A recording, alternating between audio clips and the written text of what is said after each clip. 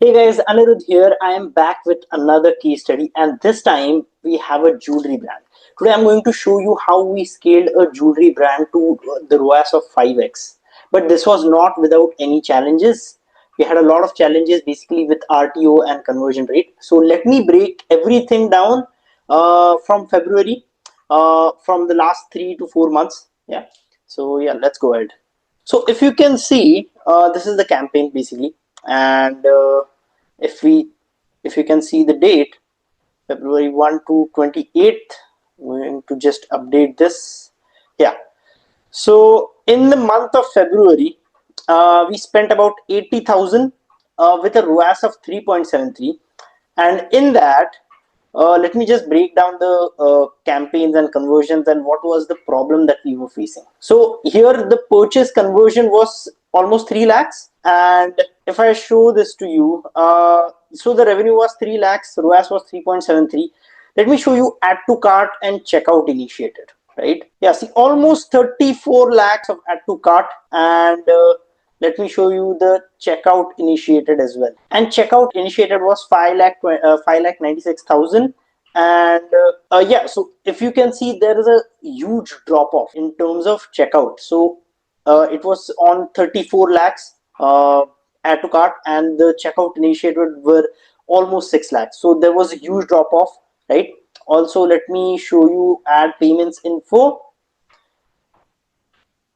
Yeah, 3,84,000 of payments info added, and of course 2,99,000 of revenue generated. So there was a huge leak in the funnel, which was the checkout. We did recommend this to client that your checkout is not good enough, we need to change that. But the client basically did not agree to it.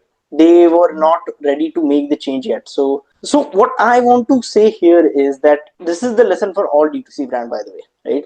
Your ads can get you people to the door, but the checkout has to close the deal, right? So if your checkout is not good enough, no matter how much of budget you put in your ads, it's not going to be that profit. So now let me just show you the month of March and what we did in March actually. So in the month of March, we did not increase budget that much. It was 80,000 in the last month and 88,000 in the March month, right, with a ROAS of 3.94. Slightly increment in ROAS, but it doesn't matter because we were still leaking from the checkout. And yeah, we increased the budget to 88,000 a little bit. Revenue jumped to 3,48,000, right? And the ROAS was 3.94. Just an 8K budget increase and got us almost 50K more in sales. But the checkout was still bothering us. We did again mention this to client, but they did not agree to change the checkout. They were not ready to change the checkout, right? Now, since we were getting a ROAS of 3.94, we thought of let's scale in this month, in the month of April. So if I show you the month of April, let me show you the budget. We almost doubled the budget. Yeah, total spend, if you can see, 1,61,000 total spent with a ROAS of 2.83. Yes, so ROAS dropped down below. Right, it was like half almost. Right, basically, what happened was revenue was, by the way, revenue was 4,57,000. Let me show you the revenue as well. Yeah, 4,57,000 in terms of revenue. So uh, obviously when we try to scale, a little bit, ROAS dropped down a little bit, but this was not the case here.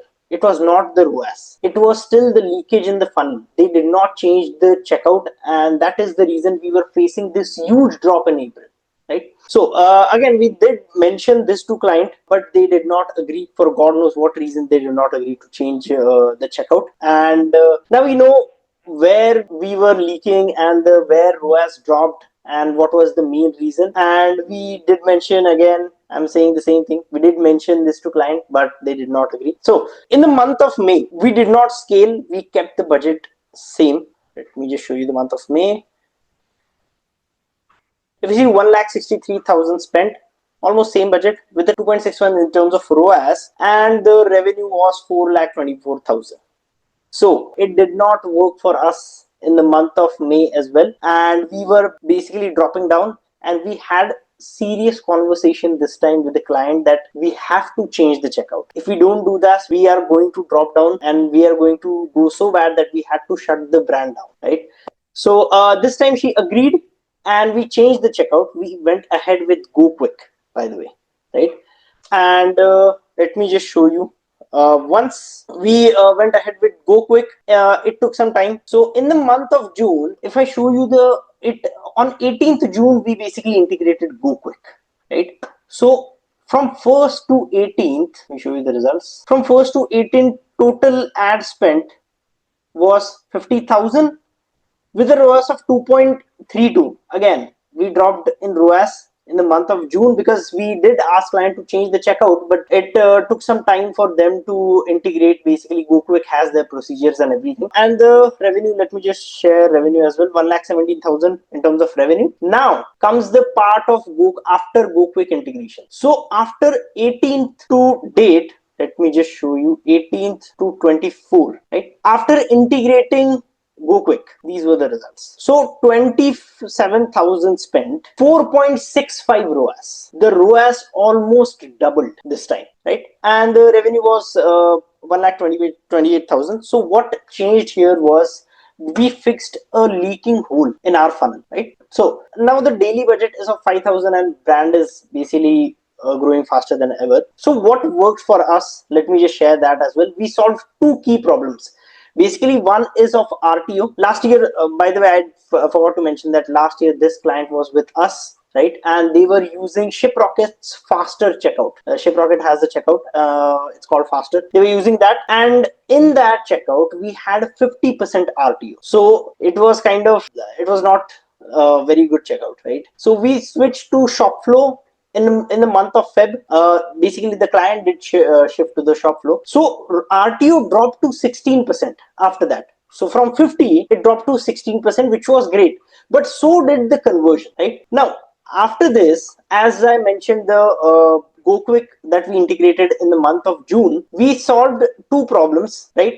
First of all, the RTO problem that was at 16% in Shopflo. The RTO stayed the same even after integrating GoKwik, but the conversions increased, right? In this case study, basically what I want to tell you is that it is not always about ROAS or CPC or CTR, but sometimes it's just about how you can fix the leak in your funnel, right? So you can take some lessons out of this, that it's not the ROAS every time or the advertising performance, by the way. So sometimes you don't need more traffic. All you need is a better conversion path, and with this brand we are now on track with very good growth. And yeah, basically I wanted to share this case study because this was very unique for us as well, because client had good videos, they had PR before that, so they had celebrity videos, by the way, good videos, good creatives, good basically website. So everything was good, but there was just one tweak that we had to make to go from 2.5 ROAS, 2.6 ROAS to almost 5x of ROAS, right? So yeah, that's it for today. Thank you guys for watching this case study, and I will keep bringing videos like this. Thank you so much.